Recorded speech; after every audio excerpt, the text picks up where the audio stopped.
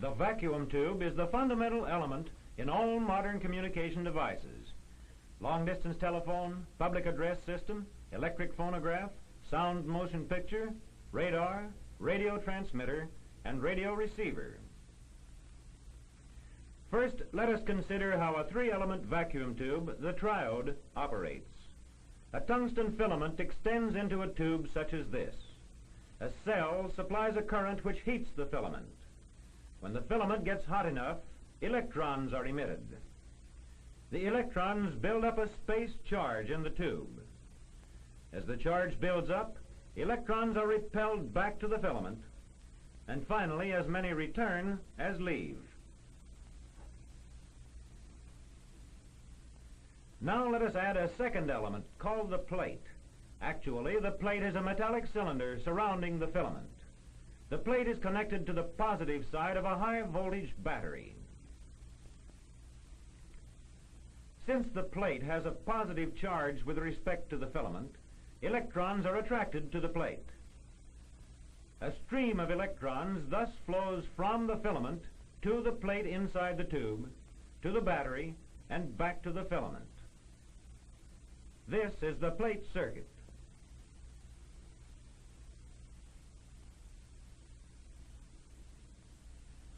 If the voltage on the plate is increased, the plate current will increase since more electrons will be attracted because of the higher positive charge.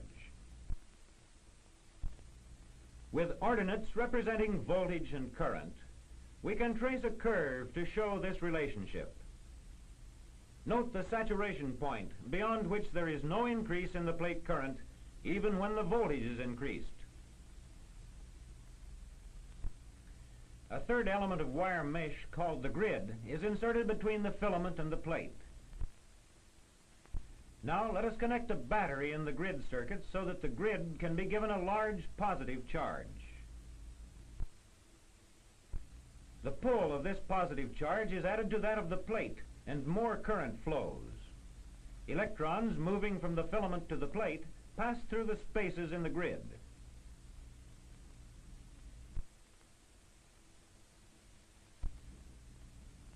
If the grid is made less positive, the plate current decreases.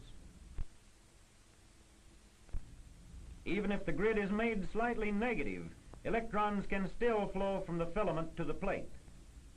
But if the negative charge on the grid is increased to a certain point, no electrons can flow, and the plate current falls to zero.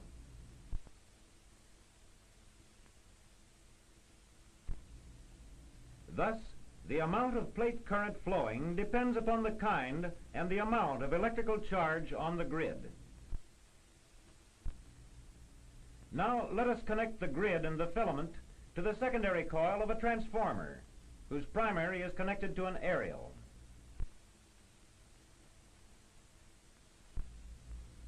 We know that the current in the coil is a high-frequency alternating current.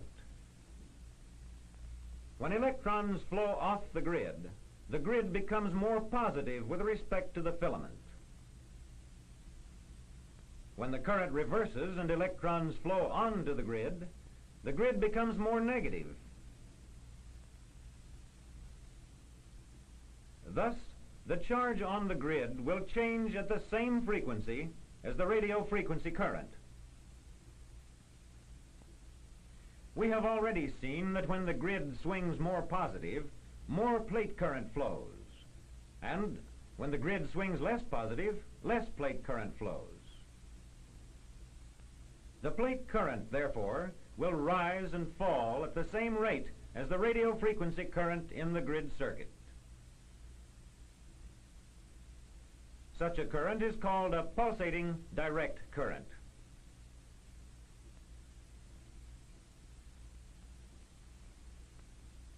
The vacuum tube may be used to amplify the weak voltage induced in the aerial circuit.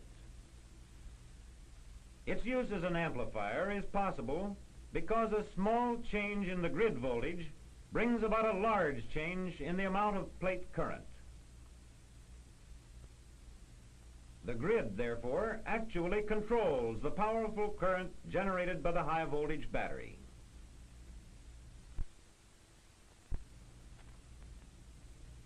The plate of the amplifier tube is connected to a load supplied by the primary winding of a transformer. As the plate current increases, the voltage across the primary increases. As the plate current decreases, the voltage across the primary decreases. Thus, the voltage across the primary coil will vary with the amount of plate current. These voltage variations are much greater than the voltage changes in the grid circuit. These voltage variations in the primary coil are transferred by induction to the secondary of the transformer, which is connected in the grid circuit of the next tube.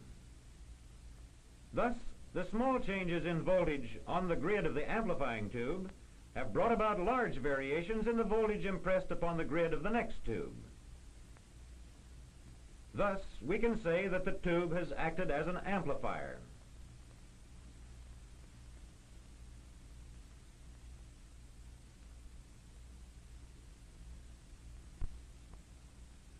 The vacuum tube may also be operated as a detector.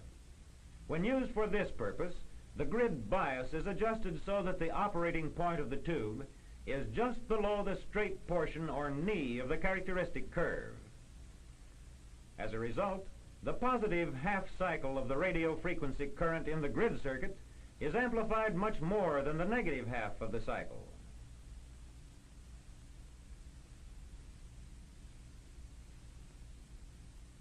The average plate current resulting from the unequal amplification of the positive and negative half cycles will be a direct current pulsating at audio frequency.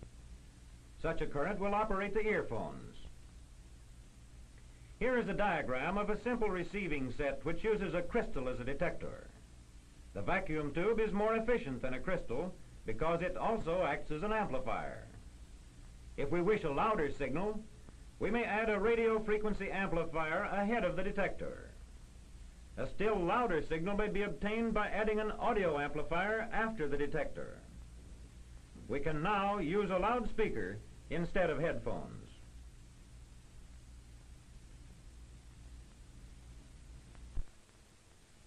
The vacuum tube is also used in the transmission or sending station to generate radio frequency currents.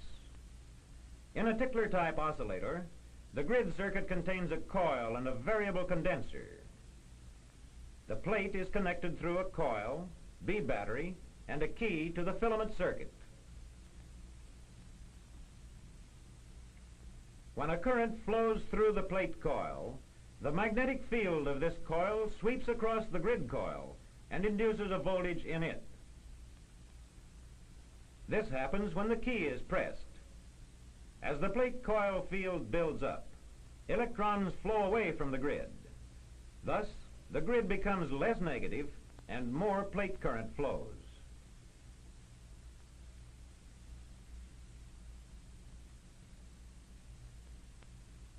When the plate current reaches maximum, there is no change in the field, hence no current is induced in the grid coil. The field of the grid coil collapses and helps to charge the condenser.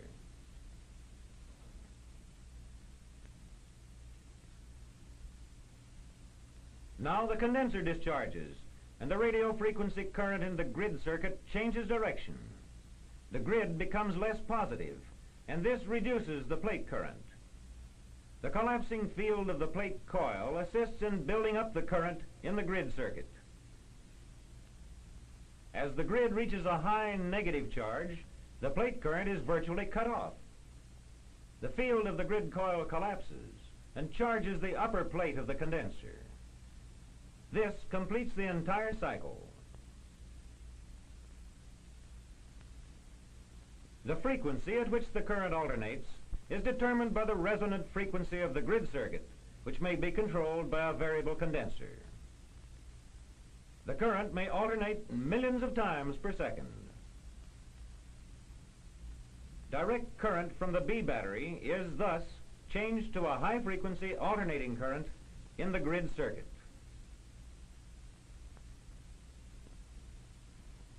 The grid circuit of such an oscillator may be coupled to an antenna in the sending station. Energy is transferred by induction from the grid circuit to the aerial ground circuit, and electromagnetic waves are radiated out into space.